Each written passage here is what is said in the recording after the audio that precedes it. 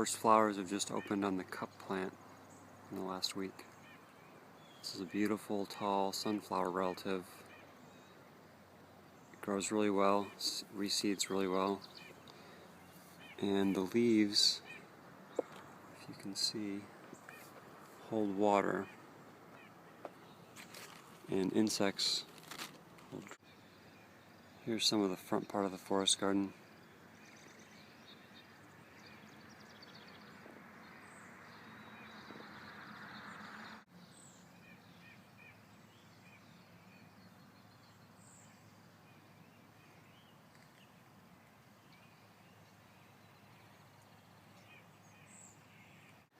Here's mountain mint and the white flower. And then there's a pawpaw tree coming out of that tree tube. And in front of that we've got anise hyssop, which is giving the pawpaw a little bit of shade. And that's one of my favorite plants.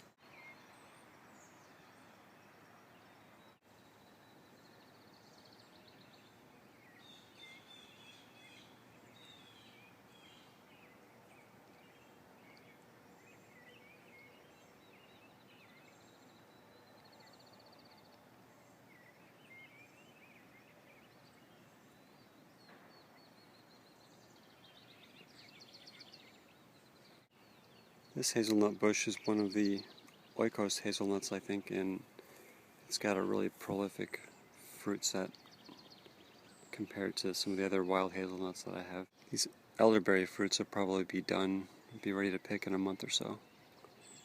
Just finished the really pretty. This is one of the last flowers of Queen of the Prairie, which is a really, really pretty prairie plant that likes wetter soils. It's got this kind of castor bean type foliage. It's a little lighter in color, and then these really electric pink flowers later on. They smell really nice too. In the background we've got some wild senna, which with the lighter leaves, and the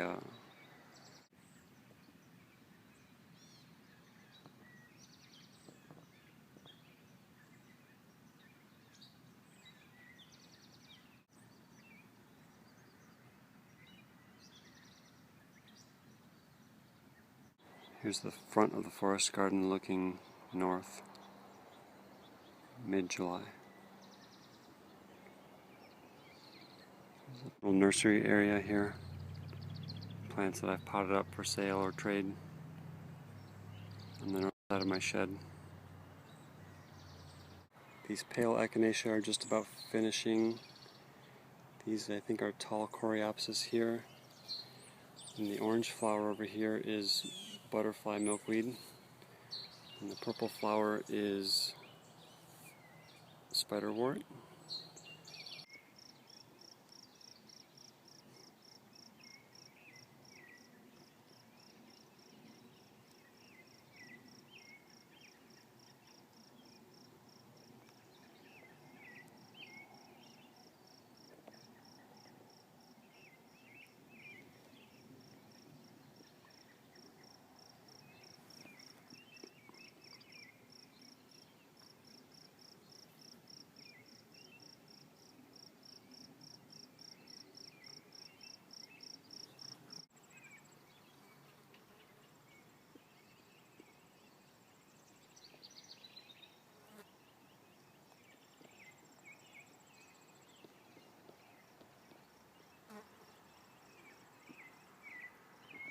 Some new grapes I just planted this year.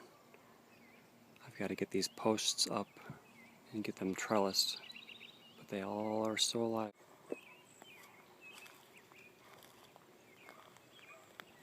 Walking along the west side of the hedgerow,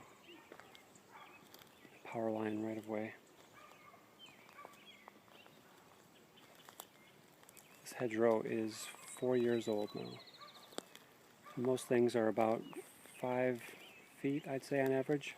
Maybe 6 in some cases, less in some other cases.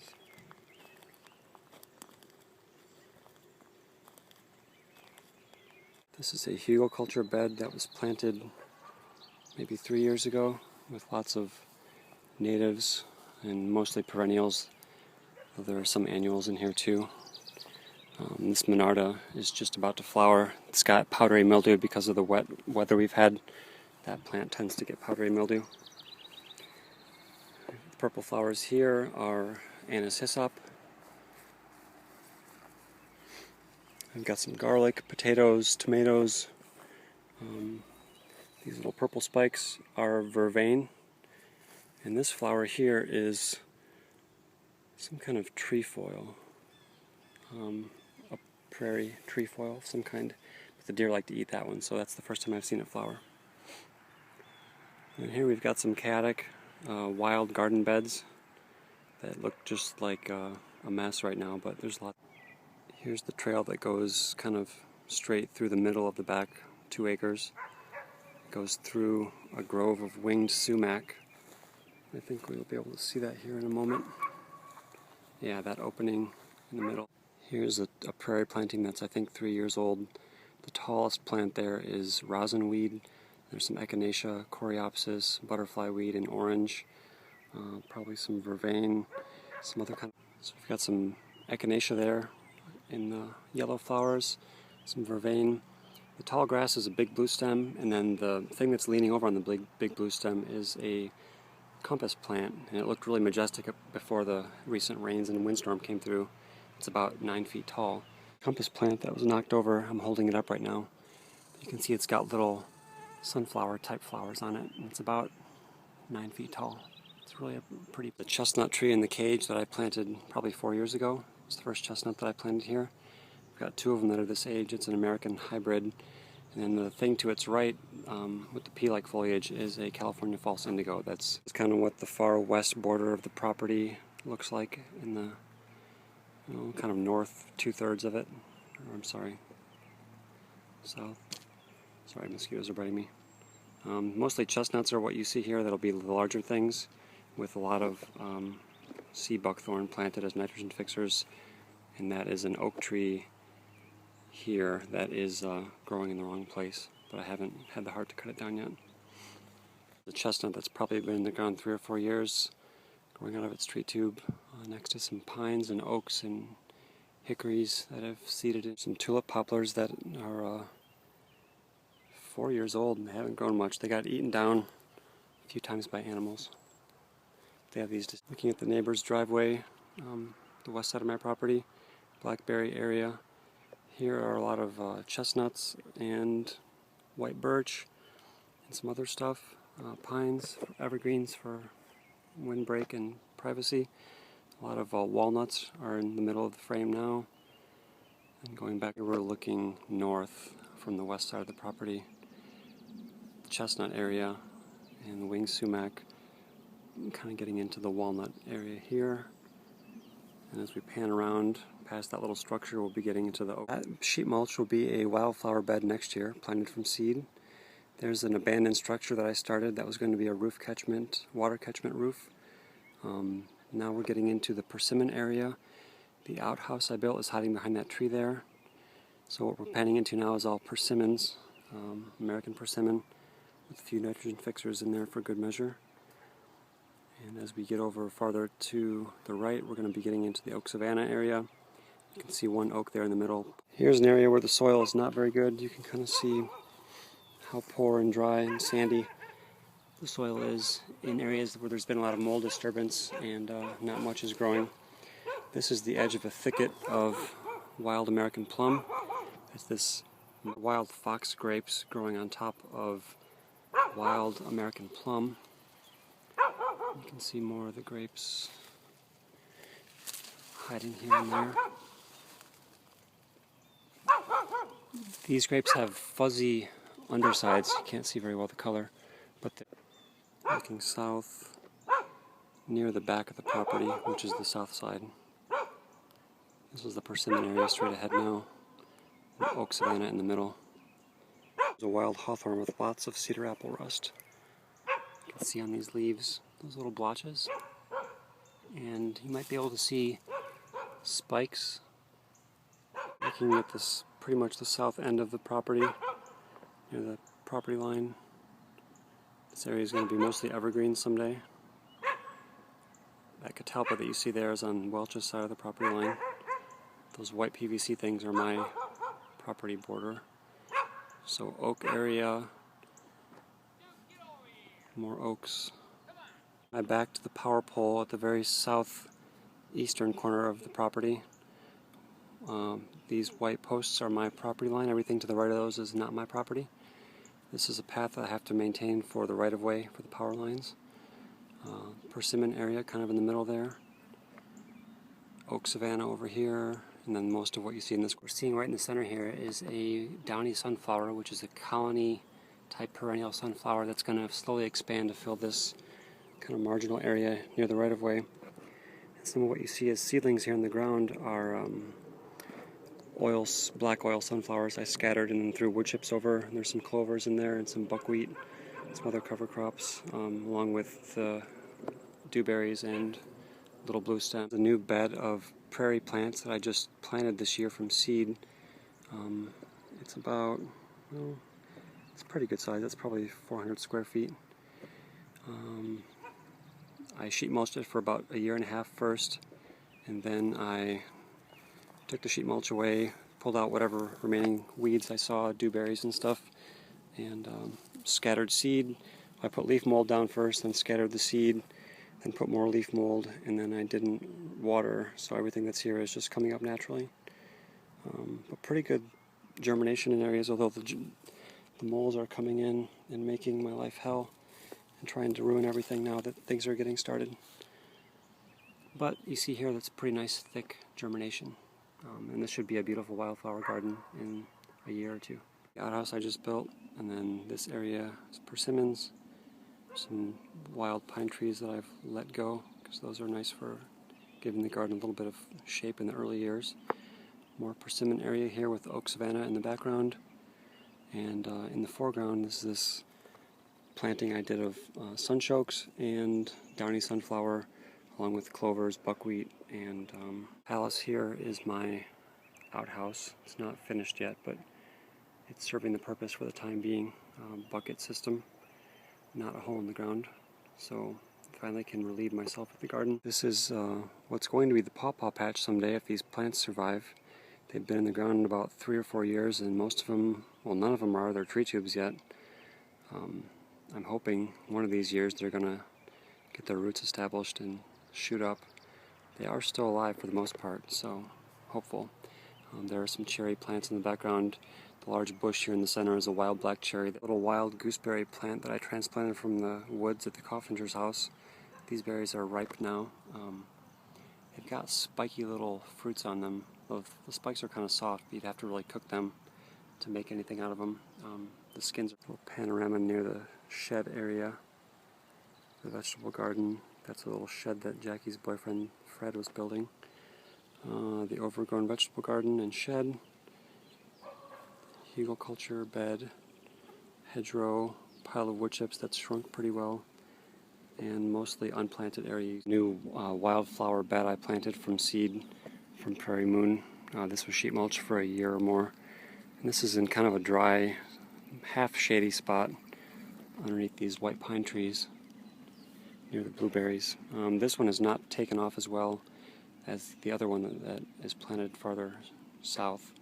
More mole problems and less germination. Hugelculture bed that I started about 3 or 4 years ago. Oh, something just flew out of it. There's anisis up in the background. There's some monarda. Comfrey wild senna is the one with the yellow flowers here. Little pea-like foliage. That is a native nitrogen fixer. Prefers wetter soils. Some lance leaf coreopsis here. That's just kind of finishing. What else have we got? We've got some rhubarb in here, some clover, buckwheat, some greens, more monarda. There's some kind of a New England aster, and this is a, what do they call that? It's not a blueberry, huckleberry.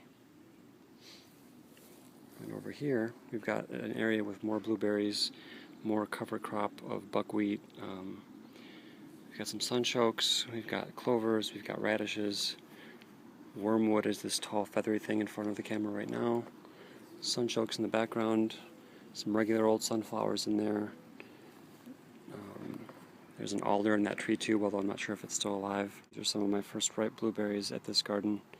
I started with a bunch of small plants and they didn't work out very well. They were small, planted in too much shade and they kept getting eaten by rabbits. So I got some bigger plants now, and they're doing okay. They probably would like a little bit. The shed I built a couple of years ago to collect rainwater and have overflow storage, and right now it's got a bunch of poorly stacked firewood in there, keeping it out of the elements, but I need to find a better purpose for it.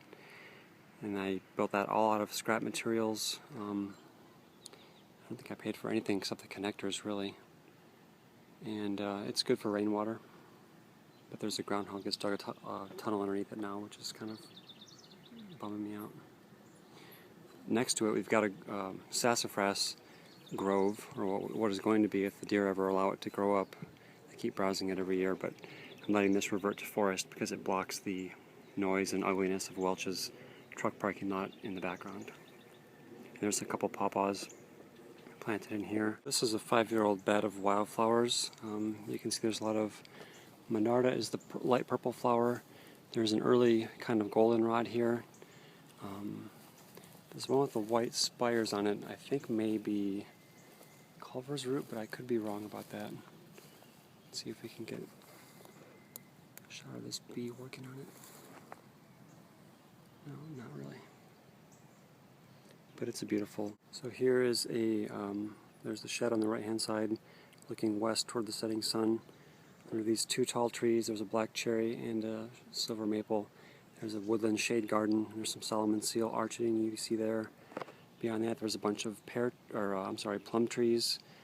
And there's some pawpaws here, a grove of staghorn sumac, an herb spiral here that's basically an oregano and thyme spiral right now. I really need to chop this oregano down to let other things grow more. I've had this thing for 5 or 6 years and I've moved it once.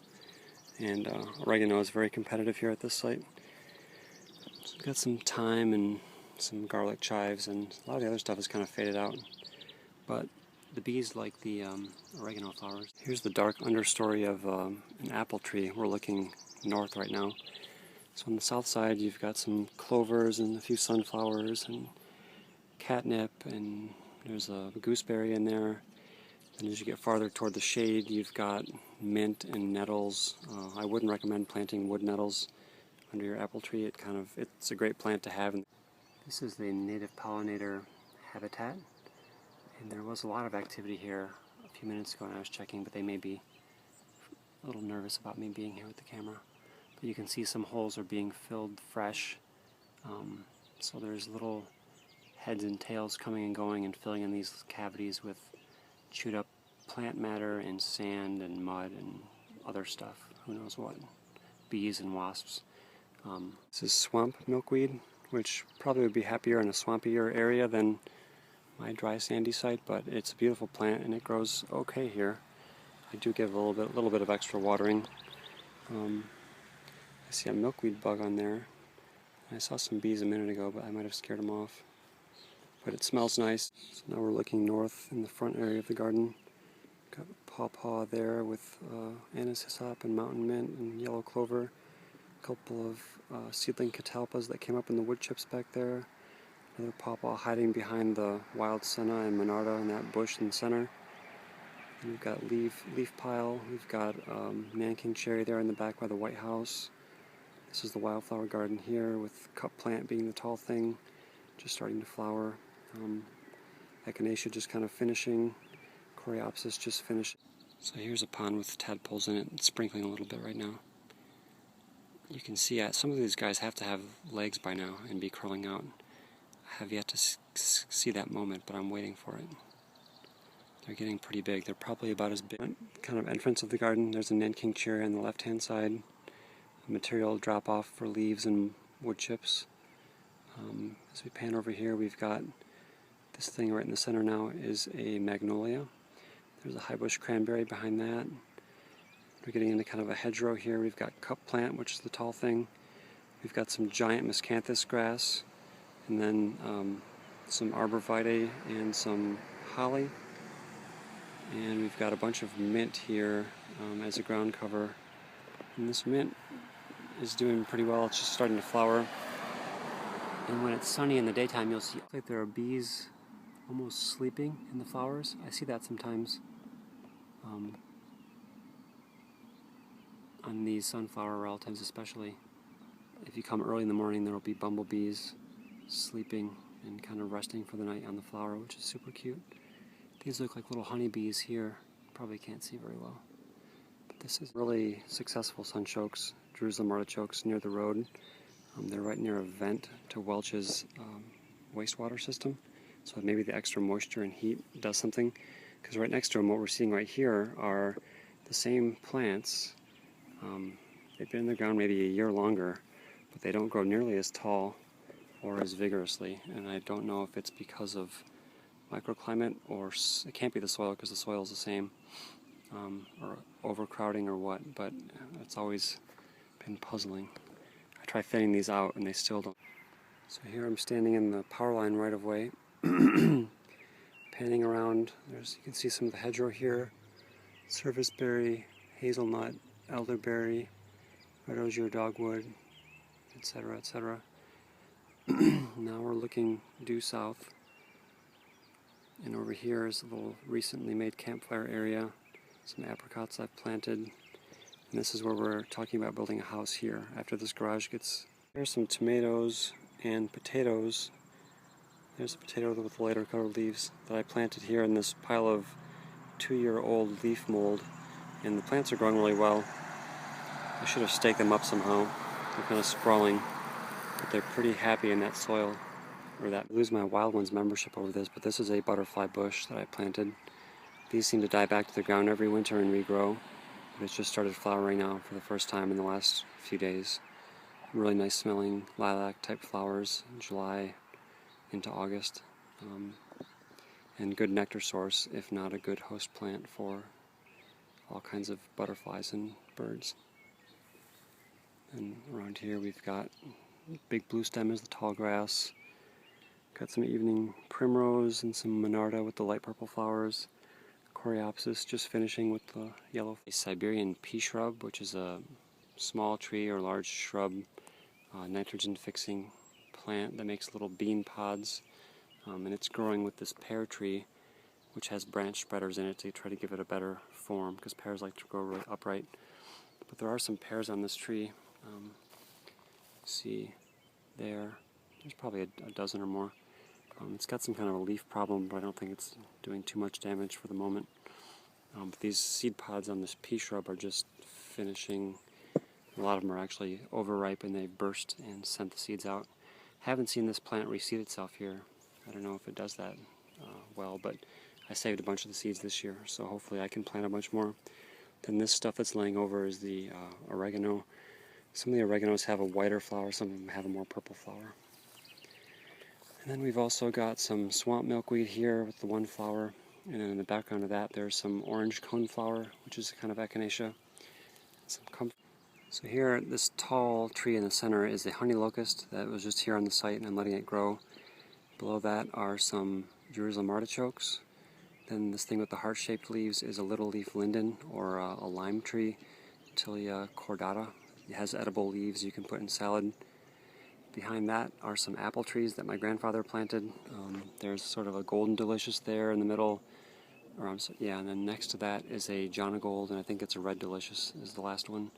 They don't do too well under organic production, but the golden delicious has been grafted with a bunch of other varieties, thanks to Trevor and my friend Mark. Then you've got some wild milkweed. I let that grow wherever it appears. And we've got nitrogen fixing. Is the yellow-leafed Nanking cherry, which is unusual. I'm going to try to propagate this because it hasn't fruited yet, but it's been staying alive for 5 years or so. Hasn't grown much. Here's another Nanking cherry next to it that's 10 times bigger, but it's a cool plant, so I'm going to try. There's some bees coming and going out of this thing, making a little home. The Virgin's Bower, it's a native clematis vine that trails all over everything, good for a woodland edge. Here it's kind of going over the edge of my water tank and into my rain gutter. Pretty, the flowers are not very heavy. My first real crop of plums.